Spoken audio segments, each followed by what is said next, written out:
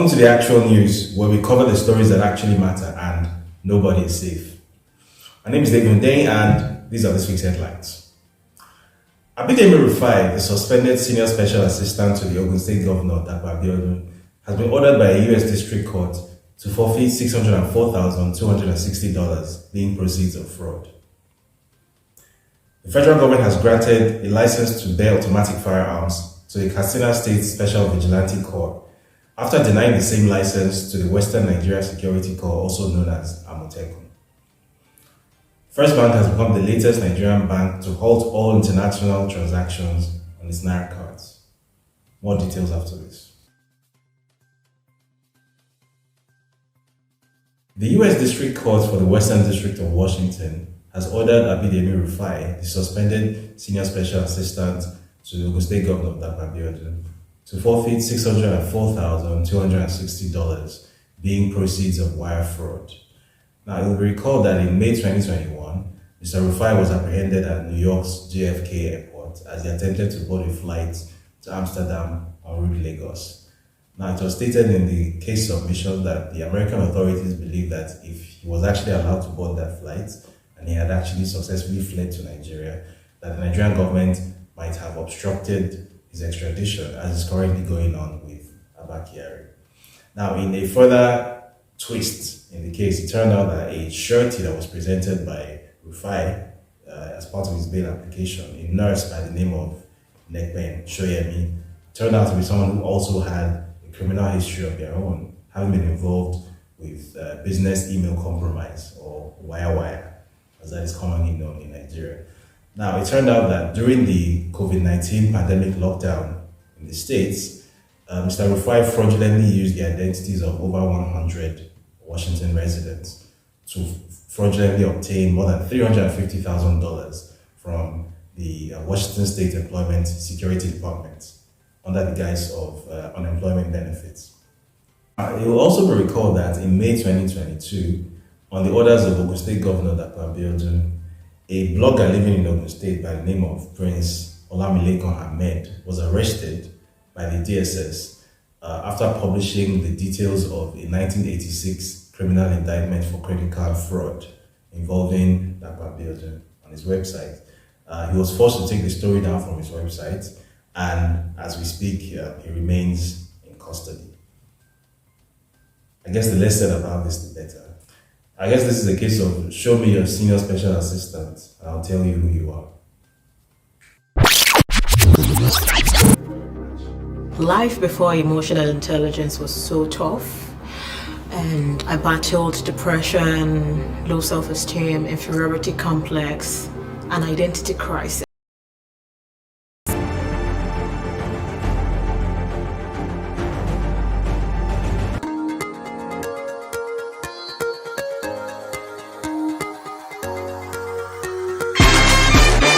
The federal government has granted the Katsina State Special Vigilante Corps a license to bear automatic firearms after denying the exact same license to the Western Nigeria Security Corps, also known as Amotekun.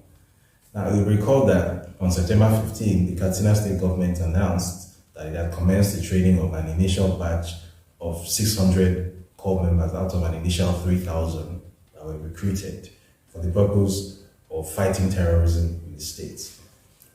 The announcement stated that the training is currently being held at the NSCDC College of Peace and Disaster Management. The 600 who commenced training immediately are currently being trained in arms handling, armed combat, and detective work. Now, why this is an important story and why I have chosen to highlight it in my commentary this week is that there are three major takeaways that tell a story about the political situation of Nigeria in 2022, which can be extrapolated from this story. The first is that the Buhari administration has picked sides. The Buhari administration believes that, contrary to his words in 2015, where he said that he belongs to everybody and he belongs to nobody, he definitely belongs to somebody and does not belong to another person. On the one hand, you have the people of the Southwest, and on the other hand, you have the people of Katsina State, both suffering from large-scale insecurity problems, both needing to defend themselves, and rightly so. Now, on the one hand, the Western Nigeria Security Corps, the so-called Amotekun, are only allowed to carry the so-called Dane guns, right? Local hunting rifles, to protect their immediate vicinity from all manner of unknown attackers, unknown gunmen, terrorists, whatever you call them.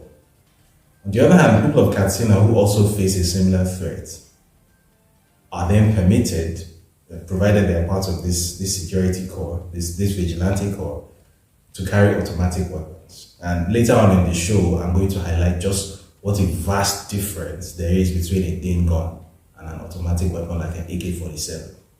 Right? But just for the fact that the presidency has given permission to one and has not given permission to the other, when the two situations are almost identical, that already tells a story about what exactly the Buhari administration represents and how it sees itself.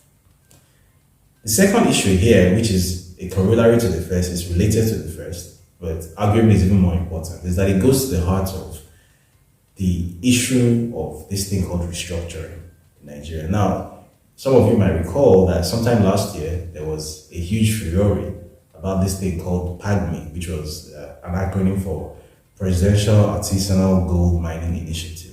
Now, why this caused such a furore at the time was that it was viewed by some as a sort of resource control for local northern communities through the back door, whereas resource control by local communities, which is a thing that has been pushed by several southern groups in the past, is something which to date remains essentially illegal, right? So essentially, when illegal gold miners and refiners were doing their thing in Zamfara State, they were then recognized and regularized into by a presidential initiative, right? And rightly so. But when people in Bayelsa or in Rivers State do the exact same thing with crude oil, then instead of being recognized by a presidential initiative, instead of being recognized as the exact same kind of poor people who are just looking for their daily bread, whose lands have been devastated by a number of factors and who need help, all they get instead is military action. So that was highlighted by the PAGMI thing, and this, in my opinion, has raised this basic question again about Nigeria's nationhood. Now, one of the many reasons given against the existence of state police, which is one of the long-standing issues that have been raised by campaigners for the so-called restructuring of Nigeria. One of the issues raised against the existence of a state police is the idea that, well, if you give individual state governors, individual state governments that much power, the power to essentially have their own armed militia who are armed at the same level as the Nigerian police force or the military, then that makes them sort of small gods. That creates little fiefdoms for them, and that makes everybody less safe, right? It gives them the opportunity to essentially have little armies that can be used legally for political purposes. Now, I would argue that the existence of the Katsina State Special Vigilante Corps has actually invalidated that argument by rendering it moot. Because the point is that whether that is an argument to be argued over or not, it has already happened. Right? Presidential consent has already been given. People are already being trained in handling AK-47s. This is already happening. Essentially, Katsina State has its own state police now. A fully functioning, state-directed, state-owned militia, which is armed at the same level as the Nigerian police force. It's trained by the NSCDC, which is a federal security agency. So clearly, state policing is already a reality. So if state or regional policing is already a reality in the Northwest or in the Northeast, why can it not be a reality in the Southwest or in the Niger Delta or in the Southeast? This is the second question that is raised, the basic question about Nigeria's nationhood and the potential damage to Nigeria's nationhood that is being done by the Buhari administration's continued need to pick sides. Now, the third issue, which I promised I was going to get to, was the shared gulf between a Dane gun and an automatic rifle, and why this is such an issue. Now, I'm going to show you two videos on your screen are going to come up now, and you're going to see the shared difference, the vast difference in firepower between a hunting rifle, a local hunting rifle, a Dane gun, and an AK-47, an automatic rifle, which is the sort of firearm that the Katsina State Special Vigilante Corps are being equipped to handle. चलो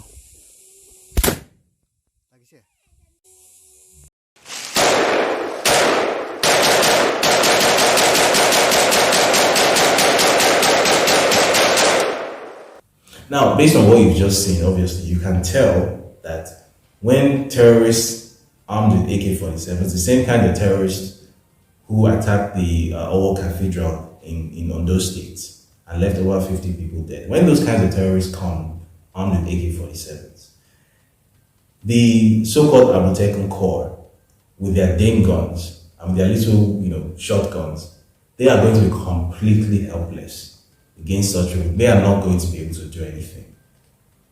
Essentially, they are taking a knife to a gunfight, almost literally. The level of firepower is not the same.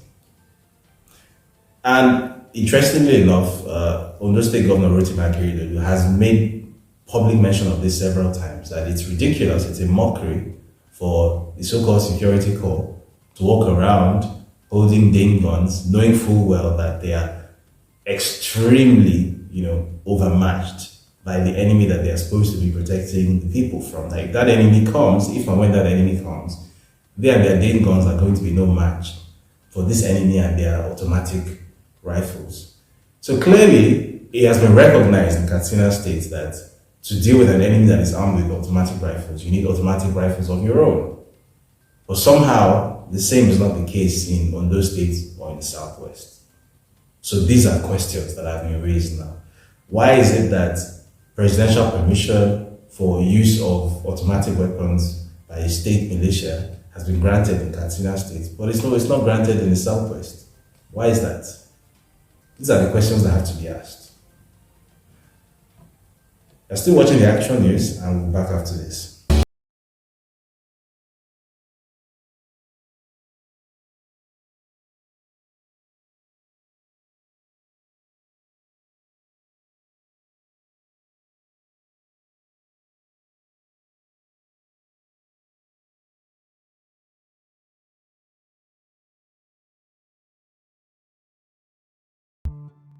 First Bank has informed its customers that effective September 30, their Naira credit and debit cards will no longer be enabled for international transactions. With the news, First Bank has become the latest Nigerian bank to halt all international transactions for customers without domiciliary accounts.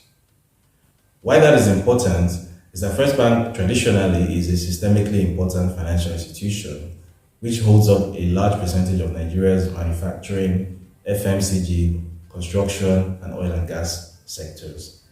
Now, if the bank, which holds up such a large percentage of Nigeria's economy, traditionally is no longer able to access Forex to the extent where even basic consumer demand is no longer feasible for the bank, and it has to lock all its consumers out of international payments, and what that means is that the companies, which also rely on this bank and others like it for Forex to satisfy their production inputs, are potentially also going to be facing shortages, which could have a spillover effect to Nigeria, to the wider Nigerian economy as a whole. Now, as we examined in episode 2, a major reason why this is happening is because of crude oil theft and Nigeria's inability to meet its current OPEC oil production quota. As we examined in that episode, Nigeria is now producing oil at an all-time record low, the lowest amount of daily production since we started keeping records, less than 1 million barrels per day, at a time when oil prices are at a historic high based on the trend over the decade, as we also examined in that episode. And what we did not examine in episode 2, which I think we should examine in some depth here, is the role that Godwin Emefiele's monetary policy is playing in creating the chaos that we're witnessing in Nigeria's forex market. Now, it will be recalled that in 2020, between January and September 2020 alone, Nigeria's remittance figure, that's the total amount of forex coming in from Nigeria's diaspora, fell a stunning 97%, completely dropped off a cliff. And that coincided almost exactly with certain policy changes that were made by the CBN, such as the decision to go after IMTOs like Azimo and TransferWise. Essentially, what Godwin Emefiele was trying to do at the time was to get complete control over all forex coming into Nigeria. Because, as you may know, he has an almost singular, obsessive policy focus on exchange rate manipulation or exchange rate stability, whatever you call it. Right. Unfortunately, this had the exact opposite effect to that which it was supposed to have. As anyone with a C at O-level economics could have told you was going to happen. Now, I wrote an analysis some months back, I think it was in my Business Day column, where I explained how when you obsessively chase Forex as a central bank governor, you obsessively try to control consumer behavior, you try to enact capital control so that you can kidnap Forex and keep as much of it as possible under your care so as to maintain your exchange rate at an artificial level. What will happen instead is that the Forex will find its way to run away from you faster than you can keep up with it. Right? And I use the illustration of a bird, right? If you put out food and water for the bird every morning, you just put it out there and you leave it. And the bird comes, it eats, it goes away. And it gets used to it, that you put stuff out for it. It comes, it takes what it wants, it goes away. After a while, the bird will get used to you. So even when you are there, it's not going to run away from you because it's used to your presence. However, if you don't do any of those things and you're just constantly, obsessively trying to catch this bird whenever it sees, all that will happen is that the bird will just become better at running away from you and escaping from you, staying out of your way. At the end of the day, you're a human being, you don't have wings. And that bird is Forex. Right? And Godwin Emefiele is the person unsuccessfully trying to catch that bird. Right? O-level economics teaches us that consumer behavior is constant, if nothing else. Right? Given a certain set of stimuli and circumstances, consumers can always be relied on to act in certain ways. For example, when capital restrictions, such as those put forward by the CBN under Emefiele, are put forward, people are obviously always going to find ways to move their forex out of the country. People who previously used to send their forex into the country, such as people from the diaspora, will find other ways of funding things that they were going to do in the country. So, for example, when that figure fell off a cliff, that 97% drop in remittances, it didn't mean that the Nigerian diaspora stopped sending money home. No, but it meant that they started sending money home in ways that the CBN simply couldn't track and couldn't do anything about. So previously, if it was possible to send money home using TransferWise or using a Swift transfer, things which are either impossible or almost impossible now, people found other ways to do it, such as crypto, for example. And the CBN has no ability to keep any control over that. Right? So all that has happened is that the forex that was coming in has moved in from where it was visible to the CBN and has moved into the vast, invisible black market, which nobody can ever have any control of. And that's how consumer behavior works. Right? In that article that I referenced, I mentioned that in 2020, when I spent some time in Ghana just before the COVID-19 lockdown, I realized that just the prepaid EcoBank card that I opened, a prepaid card, it wasn't linked to an account, just a prepaid card that you can open at any EcoBank branch in Ghana at the time. I had a monthly dollar limit on that card. This was a card that was in Ghanaian currency, a CD card, right? And it had a monthly dollar limit of $10,000. And I remember asking the branch manager at the time, how on earth are you people able to offer a $10,000 monthly limit on your card? Is Ghana that rich? Do you guys just have that much forex lying around? And he said, no, it's not the case. It's just that we are friendly to capital. That's all. We are friendly to capital, so capital always keeps coming in. As long as we are friendly to foreign capital, it will keep coming in. And it's really just that simple. As long as you're not obsessed with trying to control it, as long as you're friendly to it and you respect the fact that capital will do what it wants to do, and it's not up to you to even try to control it because you don't have such power, the capital will keep coming in. And that's how the Ghanaians Regardless of whatever other economic or currency woes they're having, the one thing that you will never see them complain about is forex shortage. There is simply no reason for forex to be scarce. Don't get me wrong, the exchange rate can drop, right? Even in Nigeria, the exchange rate could still go down, right? But there should never be a forex shortage in Nigeria. There is no reason for there to be a forex shortage in Nigeria. The only two reasons that is happening right now in Nigeria: number one, crude oil theft has been taken to industrial extents, where a 3 million barrel super tanker loaded with stolen Nigerian crude was discovered off the coast of Equatorial Guinea, and that's just the one that was discovered. Who knows how many hundreds have not been discovered?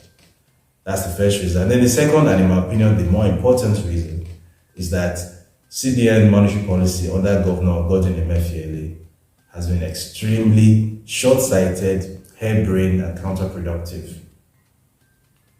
And that's all there is to be said on that. And that was the actual news. Thank you for watching. Join us next week as we cover the stories that actually matter and nobody will be safe. My name is Hundeyin. Thank you for watching.